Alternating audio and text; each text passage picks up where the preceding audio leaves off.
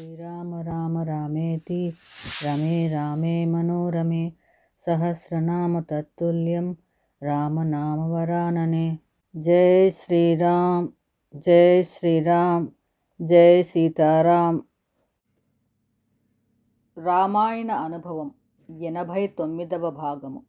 విరాధ వధ తరువాత సీతా లక్ష్మణులను శ్రీరామచంద్రుడు ఓదార్చి శరభంగాశ్రమము వైపు వారితో కలిసి బయలుదేరాడు.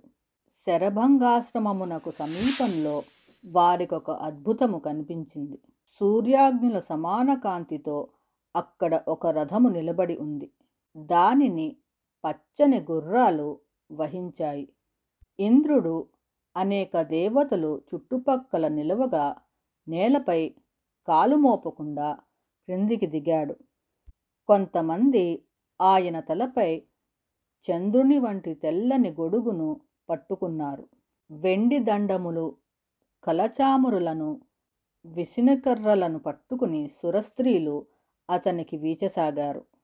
దేవగంధర్వ మహర్షులు అతని స్తోత్రగానం చేయసాగారు. శ్రీరాముడు ఇంద్రుని, అతని రథహయ పరివారమును గుర్తించి లక్ష్మణునికి వివరించాడు. శరభంగాశ్రమము లోపల మహర్షితో మాట్లాడుచున్న మహేంద్రుని పలుకులు వినదలచి లక్ష్మణుని సీతాదేవితో కూడా అక్కడే నిలిపి శ్రీరామచంద్రుడు మహర్షి ఆశ్రమాన్ని సమీపించాడు. రాముడు వస్తున్నాడని గమనించిన పురంధరుడు మహర్షితో తాను రావణవధ వరకు శ్రీరాముని చూడజాలనని, తాను శ్రీరాముని ఇప్పుడు దర్శిస్తే దైవకార్యం విఘ్నమవుతుందని తెలిపి వెంటనే దేవలోకానికి అనుచరులతో కలిసి తిరిగి వెళ్ళాడు.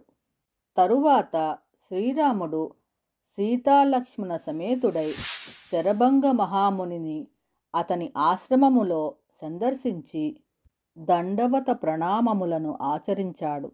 శరభంగుడు రామునితో దేవేంద్రుడు వచ్చి వెళ్ళిన విషయాన్ని వివరించాడు.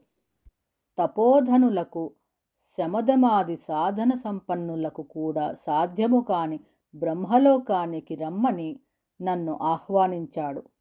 కానీ నా తపశ్శక్తితో పురుషోత్తముడివైన నీవు సీతాలక్ష్మణులతో నా ఆశ్రమం సమీపంలో నిలవడం గమనించి నీకు ఆతిథ్యమివ్వడమే ముఖ్యమని భావించి మహేంద్రుని మాటను నిరాకరించాను.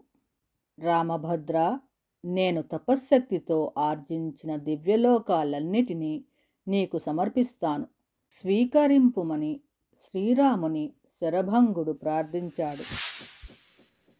శ్రీరామ రామ రామేతి రమే రామే మనోరమే సహస్రనామ తత్తుల్యం రామనామవరాననే.